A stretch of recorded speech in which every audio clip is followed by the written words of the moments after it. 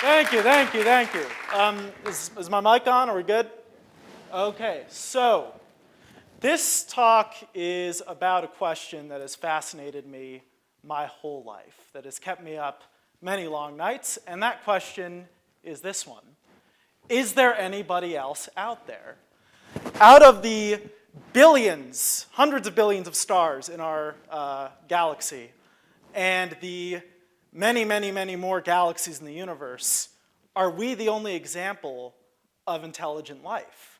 Well, in some sense, we've already answered this question because there is an alien intelligence from Earth. And I'm talking about the octopus. Octopi are very, very, very smart.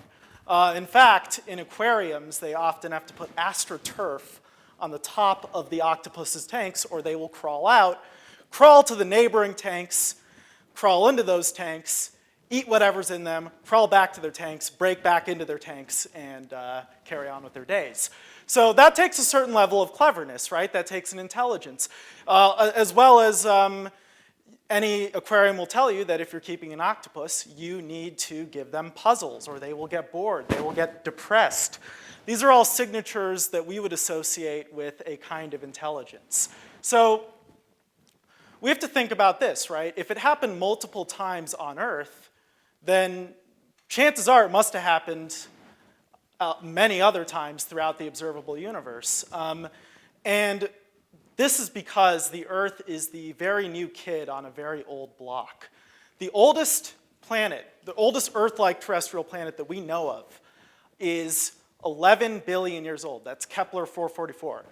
But, you know, we can't really wrap our heads around how much older the rest of the universe is. So to help you out, here's a calendar. Here's the age of the universe scaled to a calendar year. Now, if you scale it to a calendar year, all of human history happened in the last minute of January 31st of that calendar year. We have all of the rest of that time for intelligence to evolve on other worlds, and potentially evolve to a much greater level of advancement than us. But of course, another question you have to ask is, how long does intelligent life last? Does intelligent life destroy itself, or does it persist well into the future? That is the question that I hope you will be keeping in the back of your heads as I continue with this talk. So I've brought up all this stuff about octopi and the age of the universe and the likelihood of intelligent life, but some of you are probably like, who cares? Why does it matter? How is this at all relevant to my life on Earth? Well, this is something that I personally believe. You have to know another to know yourself. And I use this phrase in the context of ourselves as a species.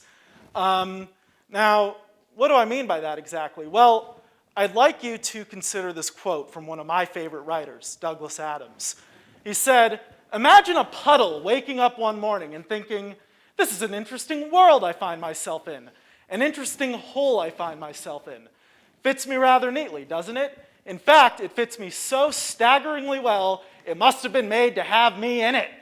This is such a powerful idea that as the sun rises in the sky, and the air heats up, and as gradually the puddle gets smaller and smaller, it's still frantically hanging on to the notion that everything's going to be all right because this world was meant to have him in it, was built to have him in it. So the moment that he disappears catches him rather by surprise. I think this may be something we need to watch out for. Now, up till now, every single worldview, or most worldviews that we know of, have really positioned humanity in the same way that the puddle positioned itself, as the rightful heirs of the universe. The notion that, say, God put us here, we're the children of God, put here to inherit the world and make of it what we will. Or the secular notion that we are the most evolved life form. We won the Darwinian War. Therefore, we have our rightful place at the apex of evolution. And in either worldview, we are the rightful owners of the universe. It is ours to mold to our will. How much damage has this caused to our world? How much damage will it continue to cause if we don't challenge this mindset as we spread further out into space. And so I think the most important lesson that we can take away from the search for extraterrestrial life is really this one. We can't think of ourselves the way that puddle sees itself.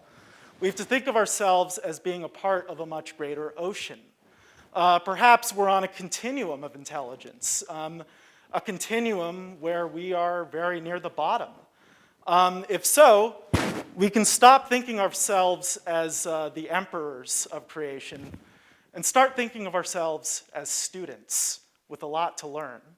And I think even if we never find alien life, never make first contact, these are worthwhile changes to make to our paradigms as we continue as a civilization.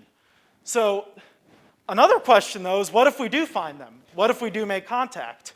So an interesting point is that in some ways, the search for older, more advanced alien intelligence is to the future what archaeology is to the past. Just like how we can learn about different paths that civilization may take by digging up pottery or bones at an archaeological site, we could also learn what trajectories intelligent life can take if it's given 1 million more years to advance. It's almost like, if we got a time capsule from an older alien civilization, in some ways it would be like getting a time capsule from a possible future. And we could build our futures guided by that knowledge. But of course, another question is, should we actively be reaching out? Should we be broadcasting ourselves into the cosmos? Should we be saying, here's Earth, come here, check us out? Now, this is a controversial issue. A lot of people don't think we should because they think that there's a risk. You don't know who might be out there listening. I say the bigger risk might be not reaching out at all, because it's very possible that we're hitting evolutionary bottlenecks that will drive us to our extinction. And maybe other civilizations out there have broken past those bottlenecks. Maybe they have solutions to some of our problems that we would have never thought of unless we tried to initiate some kind of first contact. But of course, that opens up the question of who speaks for Earth, right? Who represents 8 billion humans to the rest of the universe? Well, I don't have the answer to that question. I'm not going to pretend to. But we need to start having that dialogue as a civilization now. Another question, though, is what will we say, right? It's very possible that, so back in the 1960s, when the search for extraterrestrial intelligence was first beginning, they were very interested in decoding the language of dolphins, because in some ways, dolphins have an alien language. They have a fully developed language that has no cultural commonality to any language on Earth. So the thinking was, if we could learn how to speak dolphin, maybe we could also talk to aliens. Now, to this day, many, many years later, we still don't know how to speak dolphin. So how could we possibly bridge the gulf of something that evolved on another planet, that might have completely different senses, that might have evolved under a different part of the electromagnetic spectrum as most of its light from a different star?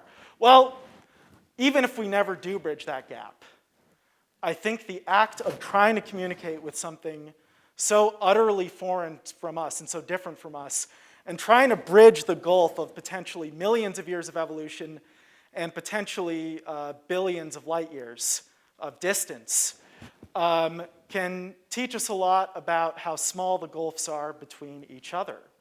And can, by bridging the gulf between ourselves and an extraterrestrial civilization, we may never do that, but we may, in the process, bridge the gulfs between ourselves on Earth. And I'd like to close out with this. This is an image of the Earth taken from the edge of the solar system by the Voyager spacecraft. This is the furthest thing that humans have ever sent into space. And you'll notice it's a tiny, tiny, tiny pixel, right? I could cover it up with my whole hand. And every single war that has ever been fought in the history of humankind has been over that pixel. We've been like bacteria waging constant turf wars over a mote of dust. So I implore you, instead of continuing to pick petty fights with our neighbors on earth. Let us begin to seek our neighbors among the stars. Thank you.